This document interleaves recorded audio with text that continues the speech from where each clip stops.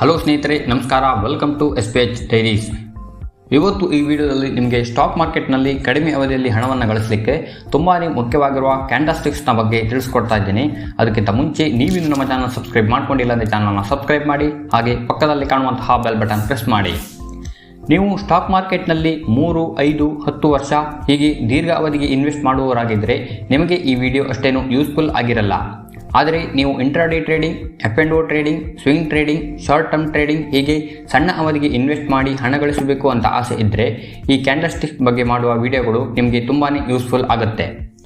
ಈಗಲೂ ಕೂಡ ಹೆಚ್ಚಿನವರಿಗೆ ಕ್ಯಾಂಡಲ್ಸ್ಟಿಕ್ ಬಗ್ಗೆ, ಟೆಕ್ನಿಕಲ್ ಅನಾಲಿಸಿಸ್ ಬಗ್ಗೆ ಹೆಚ್ಚಿನ ನಾಲೆಜ್ ಇರೋದಿಲ್ಲ. ಆದರೂ ಕೂಡ ಅವರು ಟ್ರೇಡಿಂಗ್ ಮಾಡಿ ಹಣವನ್ನು ಕಳೆದುಕೊಳ್ತಾ ಇರ್ತಾರೆ. ನೀವು ಯಾವುದೇ ಒಂದು ಸ್ಟಾಕ್ಸ್ನ ಟೆಕ್ನಿಕಲ್ ಅನಾಲಿಸಿಸ್ ಮಾಡಬೇಕು ಅಂದರೆ ನಿಮಗೆ ಕ್ಯಾಂಡಲ್ಸ್ಟಿಕ್ಸ್ನ ಬಗ್ಗೆ ಗೊತ್ತಿರಲೇಬೇಕು. ಅದು ತುಂಬಾ ಇಂಪಾರ್ಟೆಂಟ್ ಆಗಿರುತ್ತೆ. ಕ್ಯಾಂಡಲ್ಸ್ಟಿಕ್ ಚಾರ್ಟ್ ಭಾರತಕ್ಕೆ ಬರೋದಕ್ಕಿಂತ ಮೊದಲು ಈ ತರಹದ ಲೈನ್ ಚಾರ್ಟ್ ಯೂಸ್ ಮಾಡ್ತಾ ಇದ್ರು. ಇಲ್ಲಿ ಪ್ರತಿದಿನದ ಕ್ಲೋಸಿಂಗ್ನ ಕನೆಕ್ಟ್ ಮಾಡ್ತಾ ಇದ್ರು. ಅದಾದ ಮೇಲೆ ಬಾರ್ ಚಾರ್ಟ್ಸ್ಗಳನ್ನು ಯೂಸ್ ಮಾಡ್ತಿದ್ರು. ಅದಾದ ಮೇಲೆ ಜಪಾನ್ ಮೂಲದ ಕ್ಯಾಂಡಲ್ಸ್ಟಿಕ್ಸ್ ಚಾರ್ಟ್ಸ್ಗಳನ್ನು ಯೂಸ್ ಮಾಡ್ತಾ ಇದ್ದಾರೆ. ಯಾಕಂದರೆ ಇದರಲ್ಲಿ ಚಾರ್ಟ್ಸ್ ಹಾಗೂ ಪ್ಯಾಟರ್ನ್ಸ್ಗಳನ್ನು ಐಡೆಂಟಿಫೈ ಮಾಡೋದು ತುಂಬಾ ಈಸಿ ಆಗಿರುತ್ತೆ. ಹಾಗಾದರೆ ಕ್ಯಾಂಡಲ್ಸ್ಟಿಕ್ಸ್ ಅಂದರೆ ಏನು ಅಂತ ನೋಡೋಣ. ಈ ಕ್ಯಾಂಡಲ್ಸ್ಟಿಕ್ಸ್ ಒಂದು ಬಾಡಿನ ಹೊಂದಿರುತ್ತೆ, ಹಾಗೆಯೇ ಒಂದು ವಿಕ್ ಅಥವಾ ಶಾಡೋನ ಹೊಂದಿರುತ್ತೆ. ಇಲ್ಲಿ ಬಾಡಿ ಅಂದರೆ ಒಂದು ಕ್ಯಾಂಡಲ್ಸ್ನ ಓಪನ್ ಹಾಗೂ ಕ್ಲೋಸ್ನ ನಡುವೆ ಇರುವಂತಹ ಒಂದು ಏರಿಯಾ. ಇದು ಕ್ಯಾಂಡಲ್ಸ್ನ ಓಪನ್ ಹಾಗೂ ಕ್ಲೋಸ್ನ ರೆಪ್ರೆಸೆಂಟ್ ಮಾಡುತ್ತೆ. ನೆಕ್ಸ್ಟ್ ವಿಕ್ ಅಥವಾ ಶಾಡೋ ಅಂದರೆ ಒಂದು ಕ್ಯಾಂಡಲ್ನ ಬಾಡಿ ಬಿಟ್ಟು ಉಳಿದಿರುವ ಏರಿಯಾ. ಇದು ಆ ಕ್ಯಾಂಡಲ್ಸ್ನ ಹೈ ಹಾಗೂ ಲೋಸ್ನ ರೆಪ್ರೆಸೆಂಟ್ ಮಾಡುತ್ತೆ. ಸಾಮಾನ್ಯವಾಗಿ 2 ಕಲರ್ನ ಕ್ಯಾಂಡಲ್ಸ್ಟಿಕ್ಸ್ ಇರುತ್ತೆ, ಗ್ರೀನ್ ಹಾಗೂ ರೆಡ್. ಕೆಲವೊಂದು ಸಾಫ್ಟ್ವೇರ್ಗಳಲ್ಲಿ ವೈಟ್ ಆ್ಯಂಡ್ ಬ್ಲ್ಯಾಕ್ ಕೂಡ ಇರುತ್ತೆ. ಇಲ್ಲಿ ವೈಟ್ ಕ್ಯಾಂಡಲ್ ಅಂದರೆ ಗ್ರೀನ್ ಕ್ಯಾಂಡಲ್, ಬ್ಲ್ಯಾಕ್ ಕ್ಯಾಂಡಲ್ ಅಂದರೆ ರೆಡ್ ಕ್ಯಾಂಡಲ್. ಆಲ್ಮೋಸ್ಟ್ ಹೆಚ್ಚಿನ ಕಡೆ ಗ್ರೀನ್ ಹಾಗೂ ರೆಡ್ ಕ್ಯಾಂಡಲ್ಸೇ ಇರುತ್ತೆ.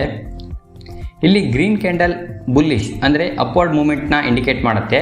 ರೆಡ್ ಕ್ಯಾಂಡಲ್ ಬೇರಿಶ್ ಅಂದರೆ ಡೌನ್ವರ್ಡ್ ಮೂಮೆಂಟ್ನ ಇಂಡಿಕೇಟ್ ಮಾಡುತ್ತೆ. Next time frame.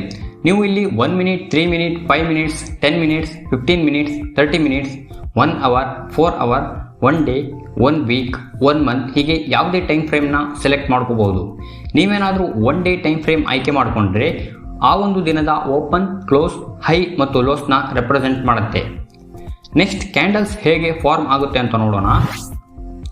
ಇಲ್ಲಿ ನಾವು ಡೇ ಕ್ಯಾಂಡಲ್ ಎಕ್ಸಾಂಪಲ್ ತಗೊಂಡು ಮೊದಲು ಗ್ರೀನ್ ಕ್ಯಾಂಡಲ್ ನೋಡೋಣ. ಮೊದಲು ಈ ಒಂದು ಪಾಯಿಂಟ್ನಲ್ಲಿ ಕ್ಯಾಂಡಲ್ ಸ್ಟಾರ್ಟ್ ಆಗುತ್ತೆ. ಅದು ಈ ಕ್ಯಾಂಡಲ್ನ ಓಪನ್ ಆಗಿರುತ್ತೆ.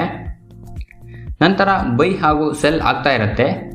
ಆ ಇಡೀ ದಿನದಲ್ಲಿ ಈ ಒಂದು ಲೋ ಪ್ರೈಸ್ವರೆಗೂ ರೀಚ್ ಆಗಿತ್ತು, ಹಾಗೆಯೇ ಈ ಒಂದು ಹೈ ಪ್ರೈಸ್ವರೆಗೂ ರೀಚ್ ಆಗಿತ್ತು. ನೆಕ್ಸ್ಟ್ ಈ ಒಂದು ಪ್ರೈಸ್ನಲ್ಲಿ ಆ ಡೇನ ಟ್ರೇಡಿಂಗ್ ಸ್ಟಾಪ್ ಆಗುತ್ತೆ ಅಥವಾ ಕ್ಲೋಸ್ ಆಗುತ್ತೆ.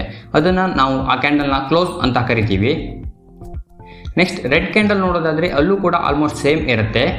ಆದರೆ ರೆಡ್ ಕ್ಯಾಂಡಲ್ ಅಲ್ಲಿ ಓಪನ್ ಮೇಲ್ಗಡೆ ಆಗುತ್ತೆ. ನೆಕ್ಸ್ಟ್ ಒಂದು ಹೈ ಕೂಡ ರೀಚ್ ಆಗುತ್ತೆ, ಒಂದು ಲೋ ಕೂಡ ರೀಚ್ ಆಗುತ್ತೆ. ಅದಾದಮೇಲೆ ನೆಕ್ಸ್ಟ್ ಈ ಪಾಯಿಂಟ್ನಲ್ಲಿ ಆ ದಿನದ ಟ್ರೇಡ್ ಕ್ಲೋಸ್ ಆಗುತ್ತೆ. ಅದು ಆ ಕ್ಯಾಂಡಲ್ನ ಕ್ಲೋಸ್ ಆಗಿರುತ್ತೆ. ಈ ಓಪನ್ ಹಾಗೂ ಕ್ಲೋಸ್ ನಡುವೆ ಇರುವಂಥ ಈ ಏರಿಯಾನ ಬಾಡಿ ಅಂತ ಕರಿತೀವಿ. ಮೇಲ್ಗಡೆ ಕಾಣಿಸ್ತಾ ಇರೋದು ಅಪ್ಪರ್ ಶಾಡೋ ಅಥವಾ ವಿಕ್, ಕೆಳಗಡೆ ಕಾಣಿಸ್ತಾ ಇರುವುದು ಲೋವರ್ ಶಾಡೋ ಅಥವಾ ವಿಕ್ ಅಂತ ಕರಿತೀವಿ.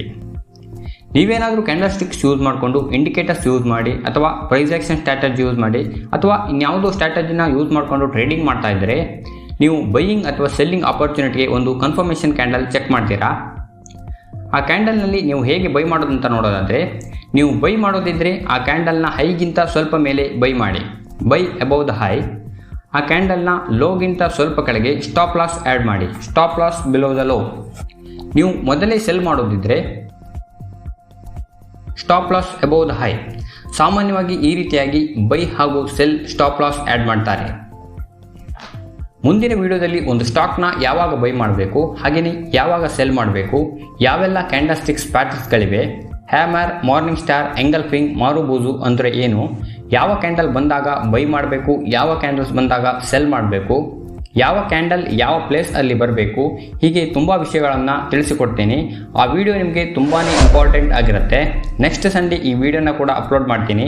ಯಾವುದೇ ಕಾರಣಕ್ಕೂ ಮಿಸ್ ಮಾಡ್ಕೋಬೇಡಿ. ನಿಮಗೆ ಈ ವಿಡಿಯೋ ಇಷ್ಟ ಆದರೆ ಈ ವಿಡಿಯೋನ ಲೈಕ್ ಮಾಡಿ, ಹಾಗೆ ನಿಮ್ಮ ಫ್ರೆಂಡ್ಸ್ ಜೊತೆ ಶೇರ್ ಮಾಡಿ. Thanks for watching.